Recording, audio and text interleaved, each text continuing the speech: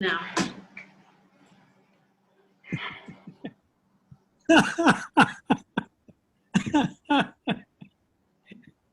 So I think we should do the Q&A like this. You do you? Except I've just noticed it's written backwards. No, not on my screen it isn't. Isn't it? That's weird. No, okay. It's the right way.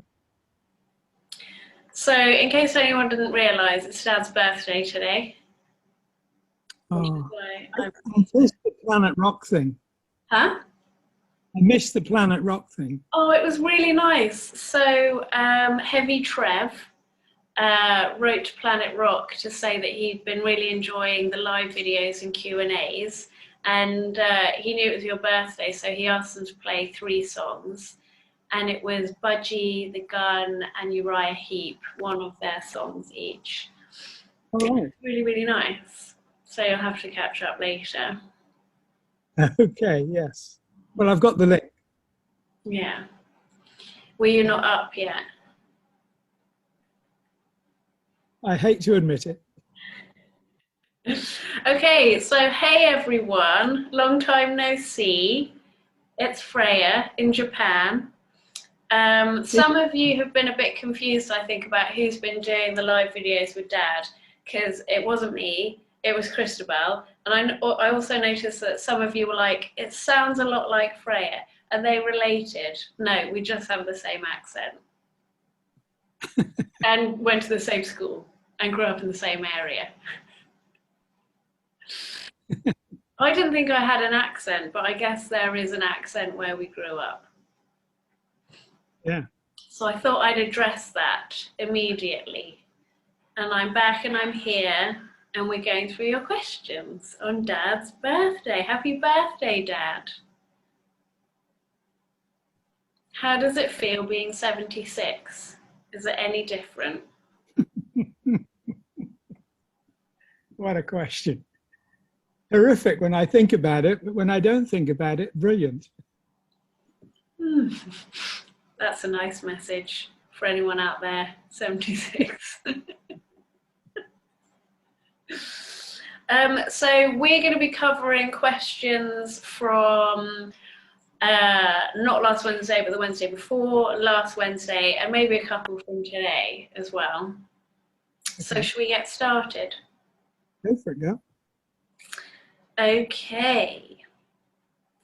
So Voiri Kenna, I hope I'm pronouncing that right, asks, would you be willing to show those early paintings your grandmother kept, please? Seeing your sketchbooks with Freya was inspiring.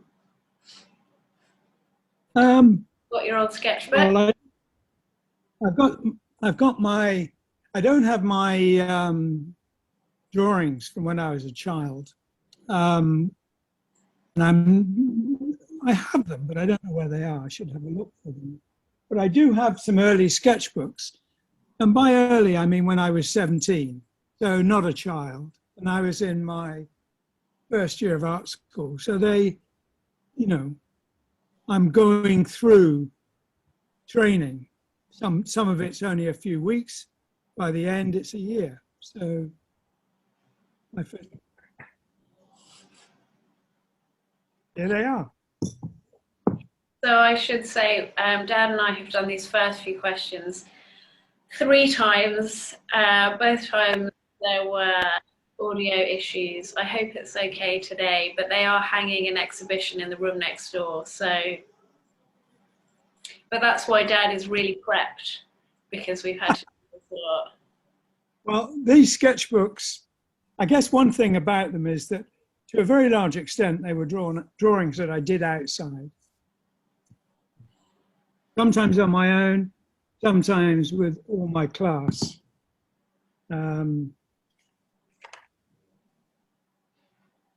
this was just skill acquisition. This was nothing to do with... About training, not about ideas. This may have not been done outside. I like that.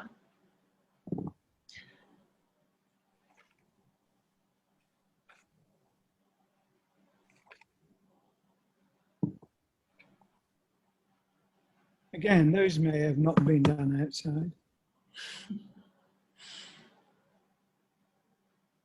And there's a page that's come loose for some reason. Oh, nice. We both did crabs at college. That's right, I remember yours. But yours were watercolor and really good. I was older than you as well, though.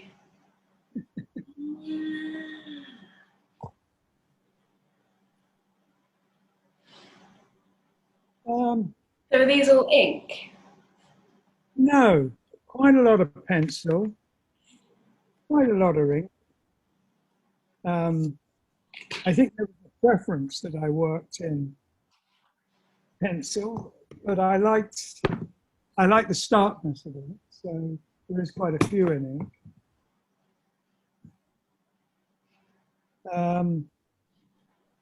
Yeah, there seems to be quite a few in ink.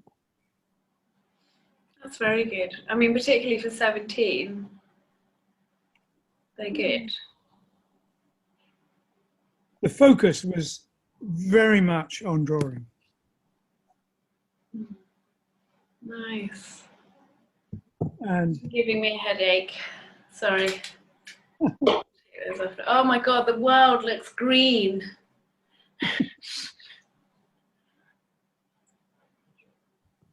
okay, so and because it was done outside and there were interruptions and I often couldn't be bothered to go back, a lot are unfinished. So I don't know what I'm looking for anymore. Yeah, there's the lorry that was unfinished. There is reasons I can't really recall. There was a lot of emphasis on machinery, but I personally like drawing animals, you know, whether it was insects or anything bigger. So I'm missing some, which I'm not fond of. Well, coming to the end. I'm sort of picking the more finished rather than the unfinished average. That's probably enough. You done? They don't look anything like your work, though. They could have been someone completely different pictures, couldn't they? That's what I think. It was a long time ago. But it feels like done by somebody completely different. It was almost 2 of my lifetimes ago. Yes, yes. I did, when I was at the Royal College, my sketchbooks were no longer about acquiring skill as a focus. They were about acquiring skill incidentally. And the subject matter of my Royal College sketchbooks was much, much more about design. I could show you those as well if you want, or another time. Yeah, well, let's do that next time, if you get them ready for next time. There you go. I think that'll be really nice to see. We should do like little teasers, keep people hungry. Don't give it all away. We had a question. The rock formations of Relaya. Oh, this is from Fred Landry. The rock formations of Relaya remind me of the stone structures of Easter Island. Was that the thought? No. The rock formations in Relaya in the foreground are actually by and large portraits of rocks from Cornwall. I mean, years later, I took you to the same places. And I've got pictures of you climbing around rocks that appeared in both Relaya and Tales from Topographic Oceans. But the structures that I think he's probably referring to are meant to look man-made, as of course are rocks on Easter Island, but they're meant to be fortress-like structures. Yeah, not portrait. Sorry everyone, I'm going to slightly zip through these a bit just because we're doing 2 weeks worth. Usually we have a bit more of a mull, but you know, we'll see how it goes. Brian Neeson asks, was the marble effect on the early close to the edge cover Roger's creation? Yes. It was, most marbling is done by floating oil paints on water and then applying the paper or whatever to that surface, and it picks up the marbling. And so, you can draw in it and get swirls and things. My marbling was done using the same principle of a paint that floats, but I did it on a board, not on a tub of water, and I splashed water over the board in a variety of ways. So sometimes it was damp, sometimes the water was actually sitting on the surface. And that intermix is what I used. And I sprayed it with cans of aerosol paint that were called enamel, but I never analyzed the exact chemical content. Enamel is a kind of a term that is pretty much abused, like canvas. It had a specific meaning once, as did canvas. And nowadays, it's any cloth stretched that you paint on. I don't know why I'm diverging into canvas, but sorry, it's your birthday. Hypothetically, if you have just like two liquids which don't blend, which don't mix, could you do marbling with anything? Hypothetically, I guess you could. Yeah. Should we go to the next question? No. No? No, go. Can you hear me talking? They're drilling. I can hear you perfectly. Okay. So Beth,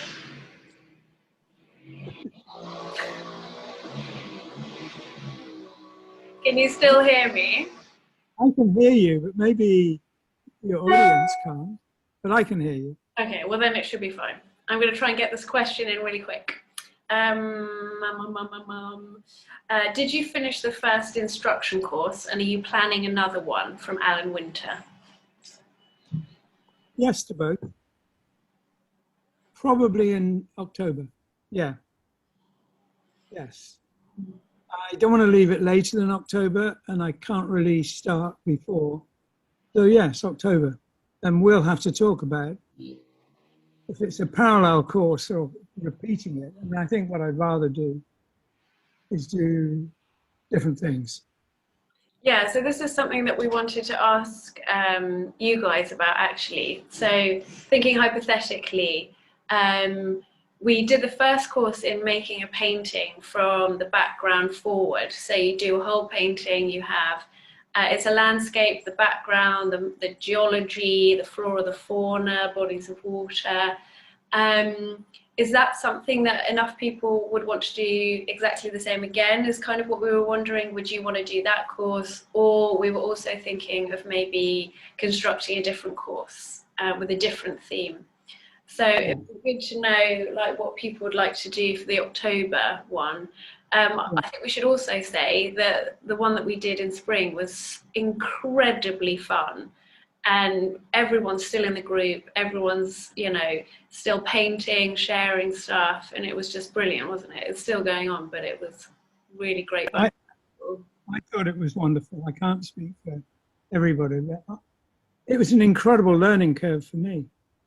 Don't forget, though, that the first lesson was about how to get the ideas flowing rather than anything technical. But yeah. And actually, in the previous two recordings, and I'm really hoping we don't have to do a fourth one after this, one of the things that we mentioned, which is nice about it, is because you're painting and talking, you sort of get two courses in one, because you're watching the physical process, and I do prompt Dad to explain what he's doing literally, but also you're talking about how you get your ideas and the creative process. So it's both. It's not a one or the other thing. Whatever subject you do would be the same, wouldn't it? It would be the same. In fact, I don't think I could repeat it too often about how to keep the ideas going. It's a critical thing to learn. That mindset is all important. And basically, the mindset is dependent on you having fun and enjoying it. Yeah, and I think that was like really evident in the experience. I don't know, again, like you can't speak for everyone, but I had so much fun doing that course with everyone. Cool. Go to the next question.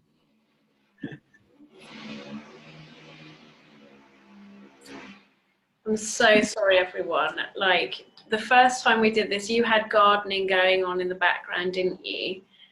And in the second recording, I had my external keyboard over the microphone because I'm really thrifty and won't buy a new computer, and the keyboard doesn't work, so I've had to buy an external one. I just wanted to mention that because I quite like that side of myself. But like, and now we've got an exhibition being put up, and it just feels like I can't do this again. And so hopefully it's not going to be too bad, and hopefully it'll be done in a minute. Okay. Sally Regal asks, are there any art technique books that you would recommend?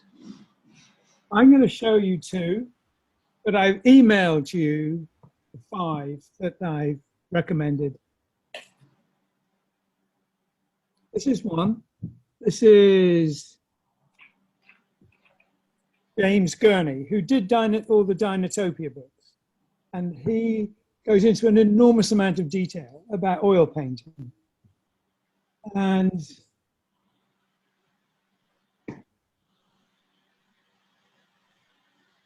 this is Marina Klosterberg, and she is an incredible artist. But again, she goes into incredible detail about acrylic. You mumbled her name, Dad, I suspect because you don't know how to pronounce it, but can you hold it close to the camera so we can at least see it? Marina Klosterberg.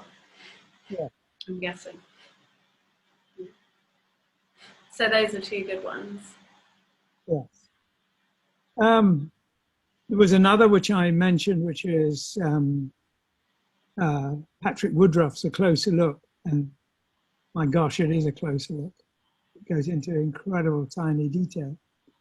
And then the other 2 were drawing, and they were essentially from nearly 100 years ago, but they were excellent. Oh, one of them was nearly 100 years old. Anyway, next question. So the next question is from Lisa Wetton, and she asks, do you listen to the band's music tracks to get a feel or vision of the album cover? Oh. You do get asked that quite a lot, but maybe with reference to who she is, it might be good to answer that question. Lisa is John Wetton's wife. And the truth is that with John, we talked about ideas a lot. And by and large, I was working before the album was recorded. So I knew their music from the past, but the current album, I never heard until we'd had many talks and I was well underway with the painting.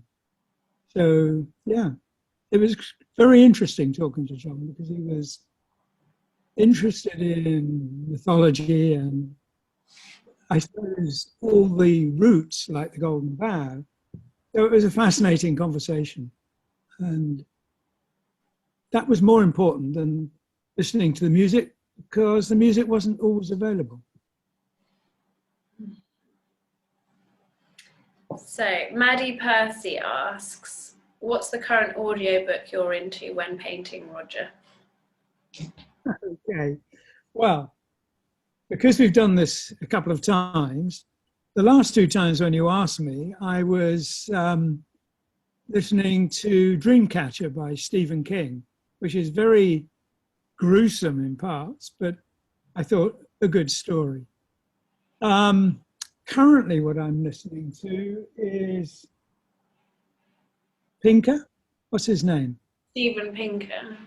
Steven Pinker's Our Better Angels, which is a book about how in the history of human beings, violence has become less and less and less. I.e., his view is, as a species, we're becoming more civilized, not less. Are you doing this for my benefit because I'm joining that panel on talking about the future of society? Are you prepping things to tell me to say? No, I could never tell you to say anything. But in fact, though, you got me the book, if you remember. I remember reading it, but I don't remember giving it to you. Well, you either recommended it to me or gave it to me. Anyway, I'm listening to it on audiobook. That's really weird, actually, that you've been listening to that, because I was thinking about that book this morning, because I was thinking, with regards to the subject of this panel talk that I'm going to do, I'm the only woman in a group of, I reckon, about 7 men, something like that. Not to criticize, I'm not saying anyone did that deliberately. But I really feel like if I don't say something about the effect of women and the priorities they have when they are in politics, then no one else is going to say it. And one of the things I read about in his book, which is why I've been thinking about it, was his chapter on feminization and how that makes a society much more egalitarian generally, and improves healthcare, social care, welfare, care for the elderly, all those kind of things, because they tend to be the things that women prioritize when they're in government. Yeah. So I was kind of thinking about buying the book, because I've got the audio book, I haven't got the physical book, and I was kind of thinking of jumping back into that again myself, weirdly, just that specifically. It's 36 hours as an audiobook, so it's not an afternoon's breeze through. No, but it was just that chapter that I wanted to go back on, because I remember kind of the gist of it, and I really want to make a point to do with that, because I think not mentioning the subject of how unequal women stuff is. Nothing's in the room. You can't not, can you? No, exactly, and I feel like perhaps they wouldn't want to go there as gung-hoedly as I would be willing to, so I better.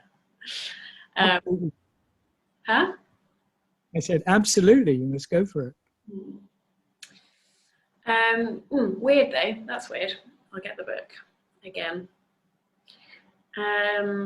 Okay, so the next question is, other than, so this is Stephen Langdon, and he asks, other than sketchbooks, have you painted in monochrome / black and white in recent years?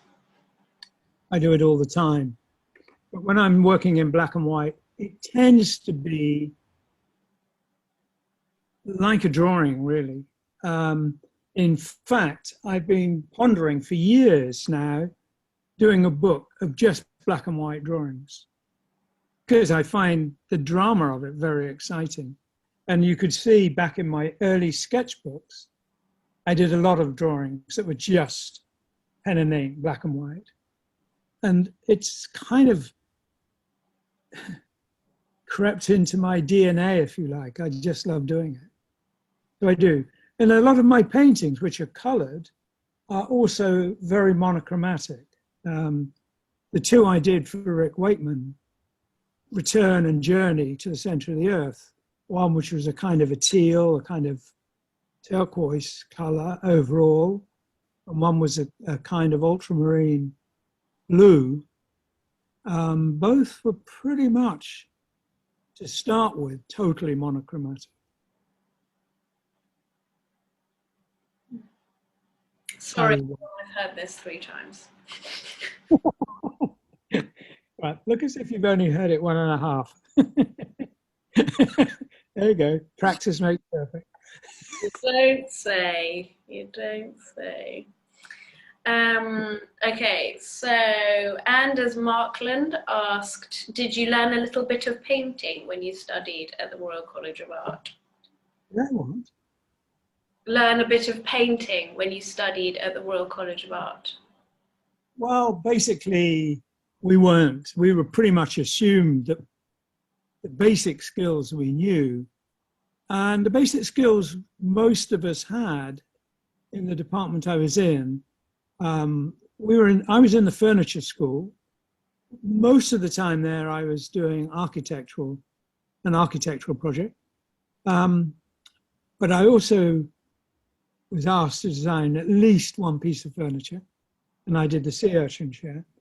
But most of the skills we had were drafting skills, drawing skills.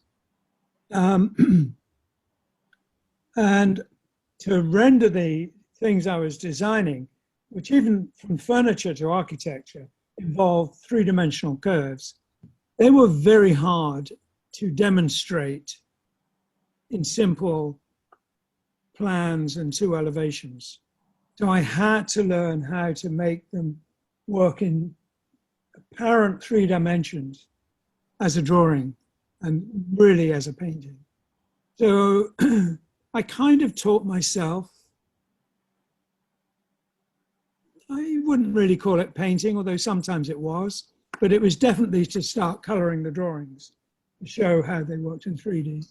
Why did you get into acrylic then? Because if I think about your earlier stuff, it does like ink and watercolor. When acrylic start, and why did you move over? I can't believe I haven't seen someone ask that question.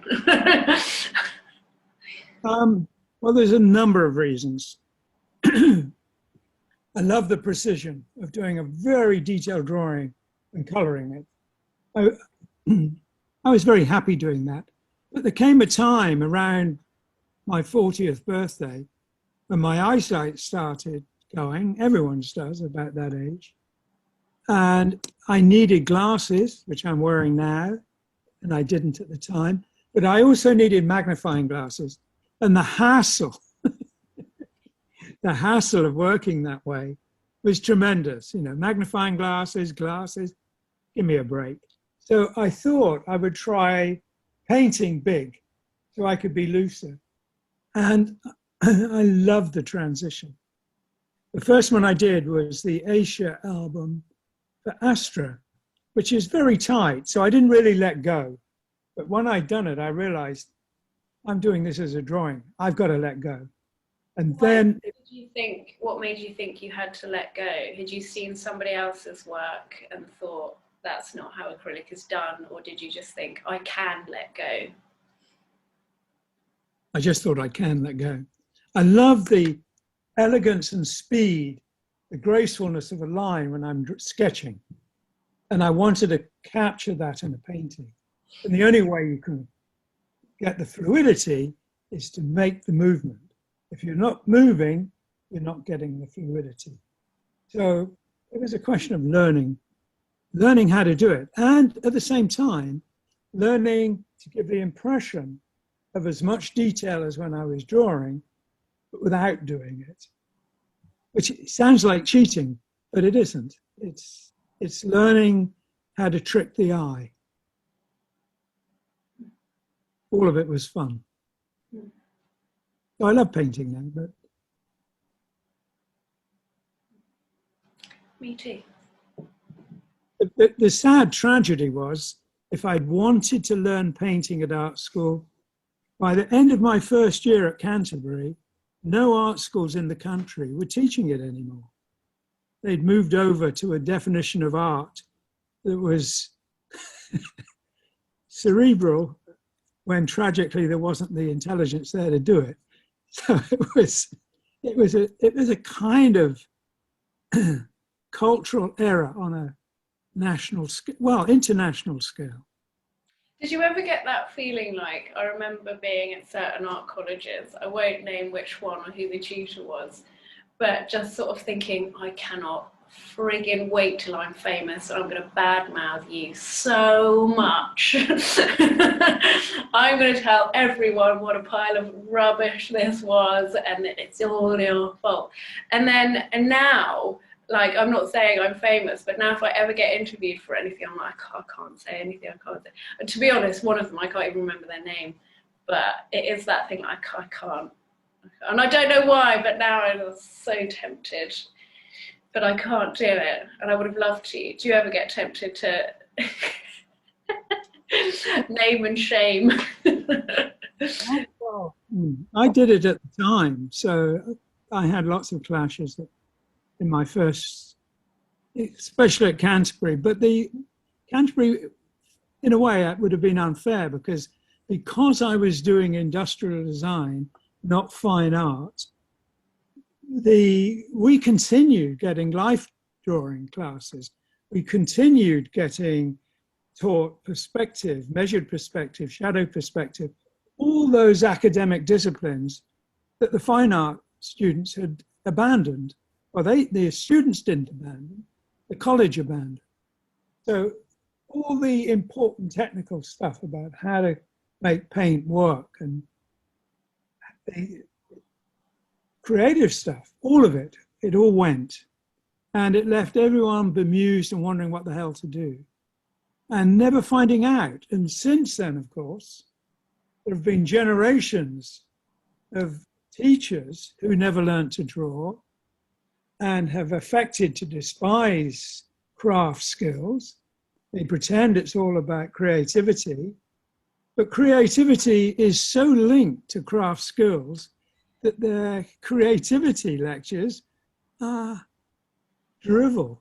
I really want to show this video, but I saw this French and Saunders sketch the other day. Have you seen it? There's like this bit where they're doing kind of pastiche of Gilbert and George, and like there's this sort of like BBC4 arts program interviewer interviewing Jennifer Saunders, who's like creating one of their pieces of work, and the interviewer's like, "Oh, this is really, really interesting. I really like the way that you've put the light and the but I've just got one question. So you're creating this figure. Why does it fade out at the hands?" And Jennifer Saunders is sort of explaining, well, you know, it's all about how like people these days. And then Dawn French just walks up behind and shouts, "She can't draw fingers."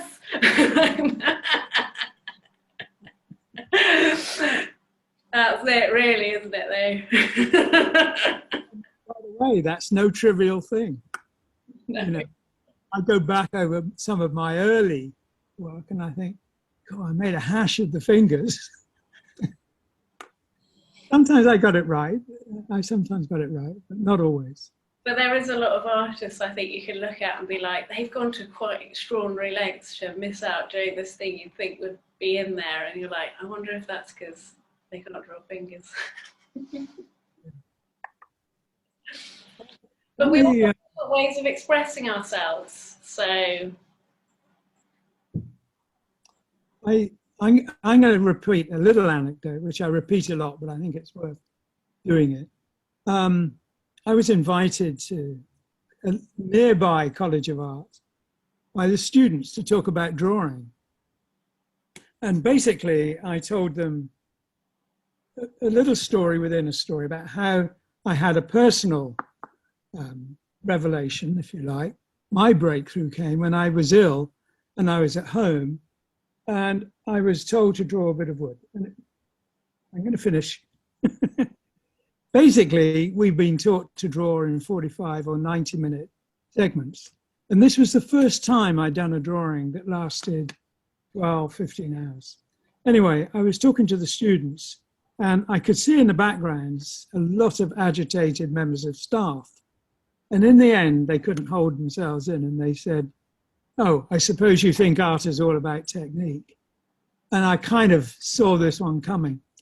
And I said, "No, I don't think art is all about technique, but I don't think you can have great art without great craftsmanship."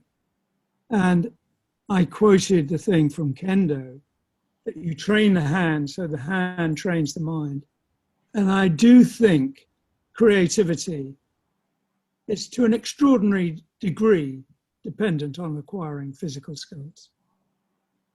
Anyway, enough of that. It would be like having ideas that you want to share to someone, but being mute or having a very limited vocabulary. Apparently, the wider your vocabulary, the more feelings you have. And I think it's this sort of feeding off thing. If you can express a feeling, you can feel that more intensely if you have a word for it. Do you know what I mean? Whereas if your vocabulary is very limited, you know, the feelings are simpler, apparently. Yes. That sounds like quite an elitist thing to say, but anyone can read a book.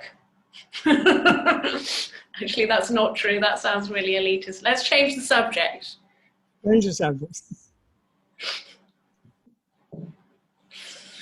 Okay, so um, um, um, um, um, um, um, um,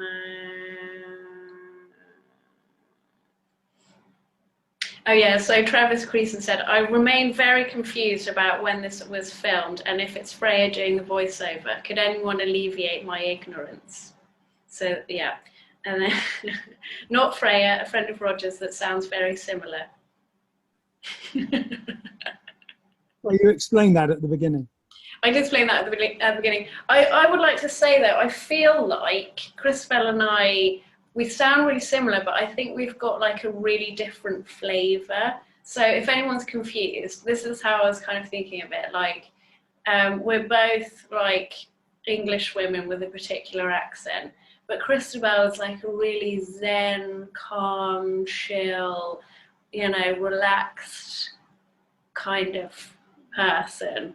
And I'm a much more neurotic, rude kind of person.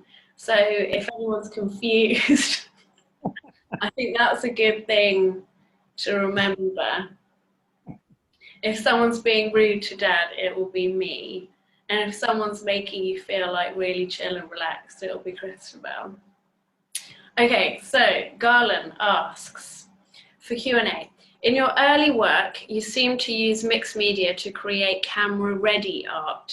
Are you less concerned about camera-ready these days and more about what makes you happy instead?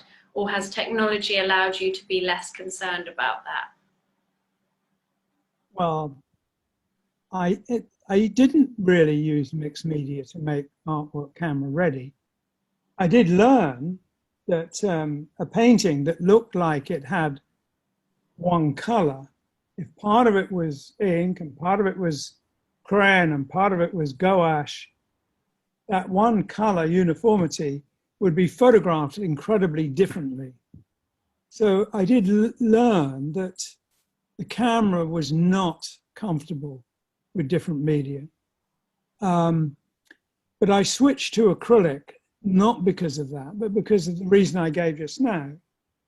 It's about an eyesight thing and learning and wanting to paint large. Tell me if you can hear my stomach, because you went quiet for a minute at the same time my stomach made a noise. And I was worried that's why. What do you want me to do?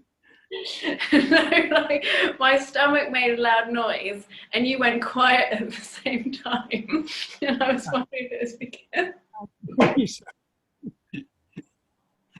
Life's tough, what can I say? I'm hungry. It's natural. Why haven't you got a birthday cake there? No, I've only got these glasses. Also, I have eaten cake already today. What are you complaining about? Go on then, next question. Someone asked, I'm really sorry, I missed who it was. I'll find who asked. Are you doing the next Asia cover?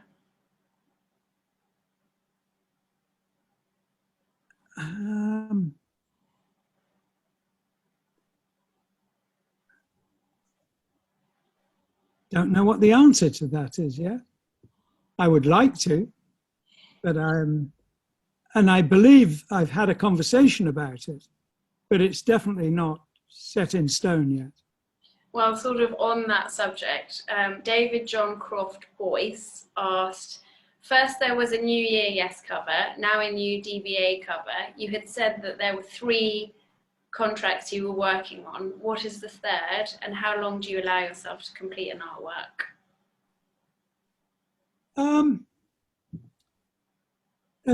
A painting can take me anything between 30 hours and 300 hours. So it's a big spectrum of time. But everybody has rearranged schedules. Albums that were due to come out in the summer have been postponed, not because they've not been completed. I'm imagining because record companies, etc., are thinking, people aren't out there buying. shops aren't open, whatever the reason, it does seem to be that a number of projects I've been working on have been postponed and delayed. But that's good for anyone who wants to join the next course, isn't it? Because we're going to... Yeah, I mean, some of the projects I've been asked, you know, if I'll do them in public, and I've said, okay, if that's what you want. And others I've been asked, well, can you keep it under your hat for a few months? So people have asked you if you can do some of the designs for them in the lives. Yeah, like I'm doing DBA. And I'll probably do the next thing I do for Yes Live.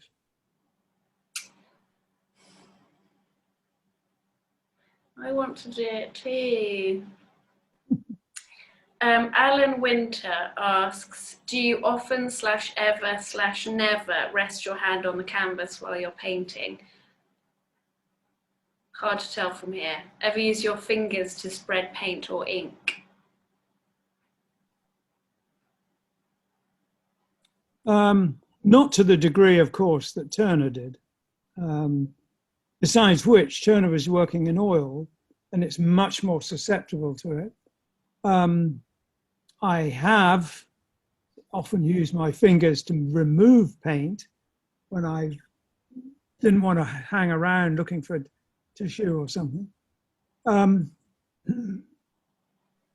Yeah, if I'm working in acrylic or on paper, I can rest my hand on a dry part.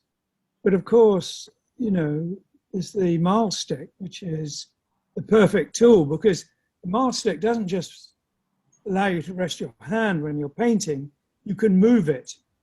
So it has a kind of compass-like quality. Slip. Sorry? It's leather, so it doesn't slip.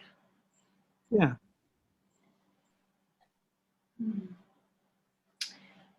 So Keith Nestor asks, I apologise if I'm getting too much into your personal business, but how much would it cost to commission you to do a painting?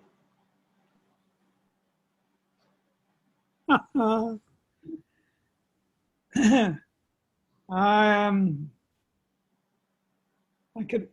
can't answer that one. Write in and tell me what you have in mind and where. Yeah, it would sort of vary dramatically on what someone wanted, I guess.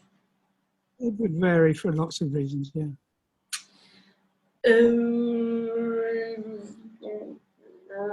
I heard you answer that one in the live.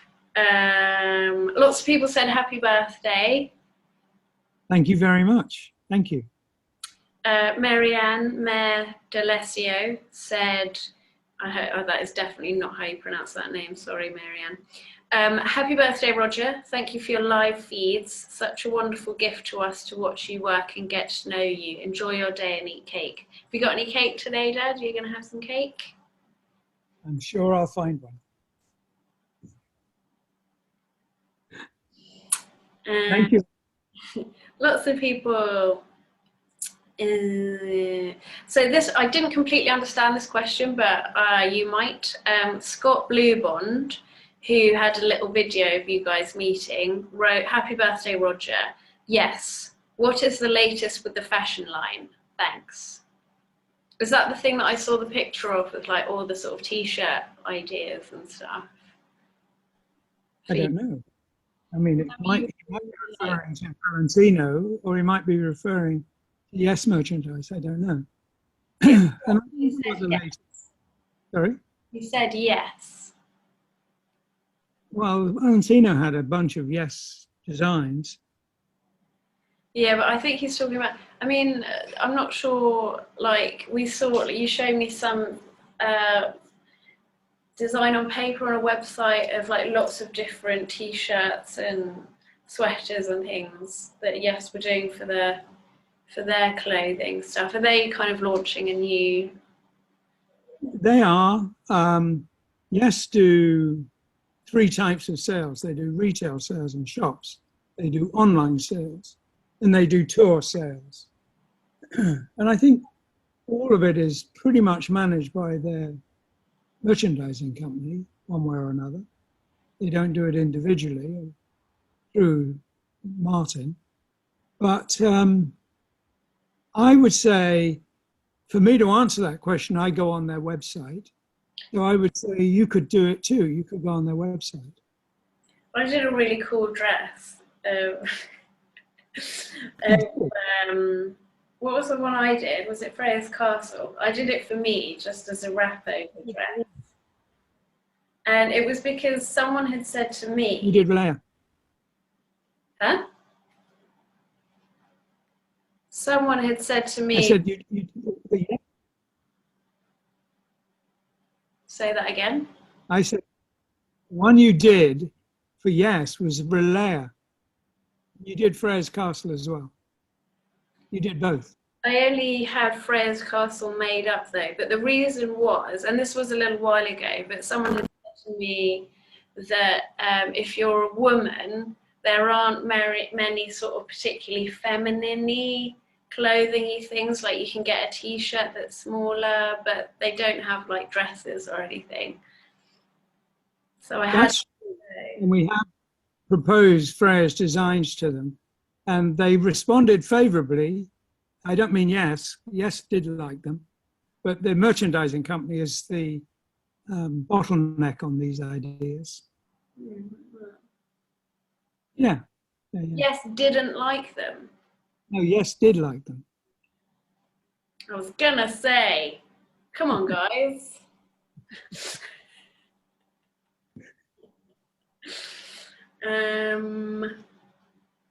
So what are you going to do for your birthday today?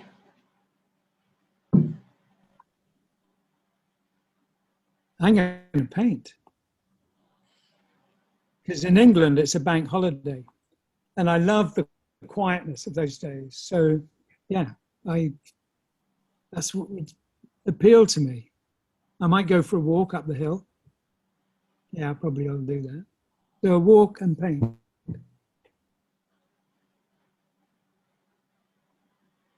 That's birthdays in your 70s. You are a cheeky bugger.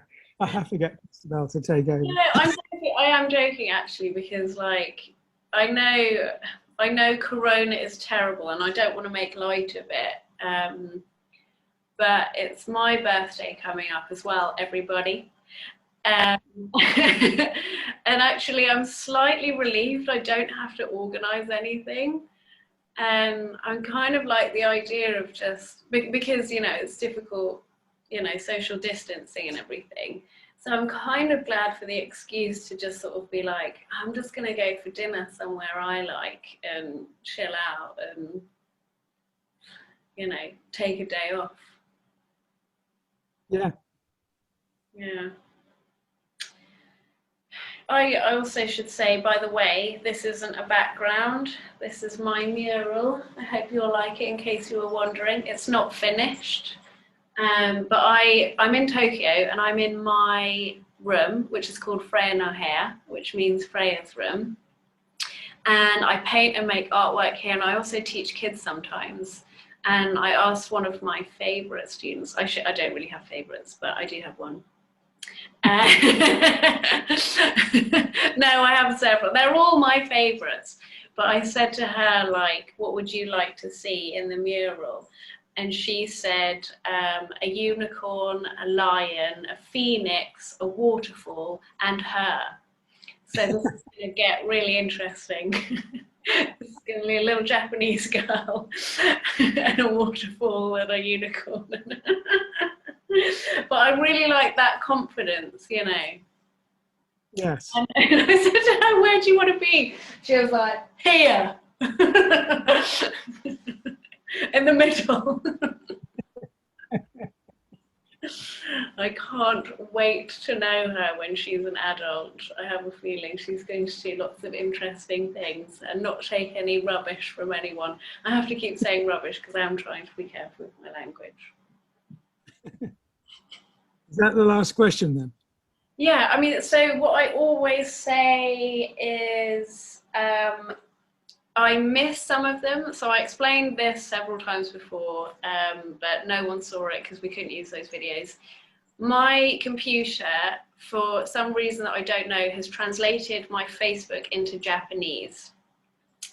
And so what that means is when I'm going through everyone's comments, it's constantly jumping around trying to translate it to English, or there's stuff coming up. I don't really know what's going on. So I get all the comments I see. I take all the comments I see. And if I miss yours, keep asking. And I particularly notice the ones that say Q&A for Friday, or just Q&A, because I suppose it's all on random days now. But if you put Q&A at the beginning, then I'm definitely much more likely to see it. And if I miss it, just keep asking. Some of you, like a couple of you have put, can you please answer my question? But if I can't find the question, the best thing to do is just repeat the question. Because if I missed it probably ages back. And hopefully we'll be doing the Q&As again as often as we can. It's difficult with like time zones and work stuff, but I've missed doing, particularly I really like doing the lives though and interacting with everyone, but ask questions as well and we'll do those. Yeah, and this works very well for me. If it works for you, because you're still at work, aren't you? You're not at home. No. Yeah. So we'll do that. Yeah, for you and the beginning of the day for me. Yeah. Yeah. Is there any other housekeeping, as people say on podcasts? Is there anything else we need to say? The process of moving the house is underway. The bees, you've seen the bees going to a safe new home. They have to be moved at least 3 miles so they don't get homesick and return. So they're going to East Grinstead if anyone wants to drop a message to the bees. He wants to go and say hi. Wants to go and say hi. There will be the bees who've lived in one of my houses for probably 5 or 6 years as a hive, maybe longer. Actually. And their beetropolis. But now they've left, the house will be broken up into, I think, 5 separate pieces to be moved. And we'll have film of that. Very exciting. Yes. Yes. I want to find someone as well who did those sort of window shades that were like in the shape of Japanese fans, like Uchiwa fans. Yes. Because you said they went missing. So I don't know if they're gone, but the cloth part has. But I can send you pictures of those. So yeah, that's gonna be moved, and we've got all that covered. I guess we'll have to talk again once the next stage. Yeah. Right now I'm painting the Kingfisher, which is. So what's your next live going to be? The live painting is I'm hoping to finish the painting for the Downs Braid Association, but the Kingfisher is for their logo. It's going to be integrated into their logo. I feel like the last time that we did this, we got a lot more philosophical and conversational. But the problem with that is when we do that, then afterwards, definitely I get this sort of thing of like, that's all going to have to be that. Well, no. The Kingfisher, by the way, is related to the original title. The original title was going to be, what was it going to be? Halcyon. Halcyon, yes. And there is a mythology about Halcyon. You keep saying it, but not saying what it is. Is it too long? Oh, no, it's complicated and there's various stories. I mean, one of the stories is that Halcyon is a kingfisher. One of the stories is that the gods made a stormy midwinter ocean calm, so the kingfisher could make her nest on the ocean and lay her eggs on the ocean. And another is that one of the Pleiades is Halcyon, the kingfisher. In any event, The album is now called Holding the Heavens, but that memory of Halcyon is still holding with me and the Kingfisher. So I will show you that painting when it's done. I might do it today, but I'm also working the landscape for them. More about a modern interpretation when people say halcyon days, which is like, you know, the wonderful summers of yesteryear. It has that kind of connotation. I need to read The Golden Bough, don't I? Well, we've got an edited version of it here. I know. We've also 14 volumes of it. It's a 14. Do you know what, actually, I've got a bone to pick with you. Like, in your last video, you said that I didn't want to watch all those samurai films because they were in black and white and had subtitles. And I will admit that was the case when I was young. Oh, that was when you were a child. But I still won't watch them, but I have a different reason, which is that who's got the time to watch a whole story about someone who has to kill themselves because they embarrassed their boss? I just find that, like, offensive. Well, there was, of course, a number of stories like that, but mostly not. Mostly not. Mostly. I watch the ones that are not like that, but all of those ones where, you know, the dying on the sword ones, I haven't got time for it. You know, people have got families. What about their wives and children? What are they going to do? No one ever says anything about that. And if they're young, what about their poor mums? It's selfish. Wow. I think it's selfish. And it irritates me. All these young men killing themselves, it irritates me. Japanese samurai films, not watching them. I also said you were brought up on Ghibli, which is also true, and you loved that. Yeah, and I still have got a lot of time for that. We watched one, like, there was one on TV the other day, and it was like, it's such a nice thing to watch. And it's like, what I love about it is it's girls, like pretty much all the protagonists are girls. There are boys too, but they're not kind of, they're real girls, they're real human girls who don't have little tiny waspy waists and huge eyes and look like, you know, sort of overtly sexualized Barbies. But they're naive and they're kind of like sweet, but at the same time they're told that they've got a power, and in all of the stories it's sort of that like innocence and forthrightness which is, you know, their source of power and connection, like with nature, and I think that's a really nice message for little girls.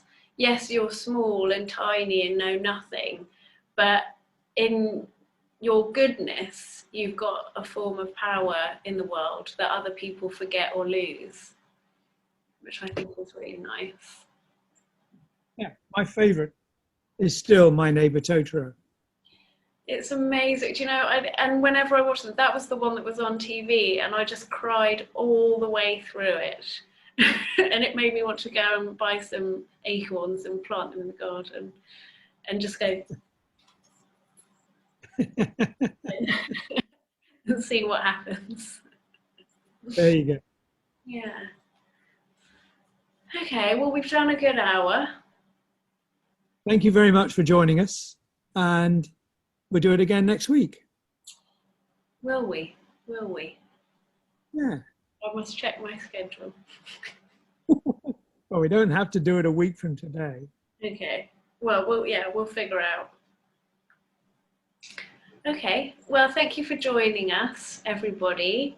Hopefully we didn't cause too much offence by any of the things that we said. I feel like if we've got away with everything we've said so far, we're probably doing all right, aren't we? I feel like people know where we're going from. It's been a while since I've done this.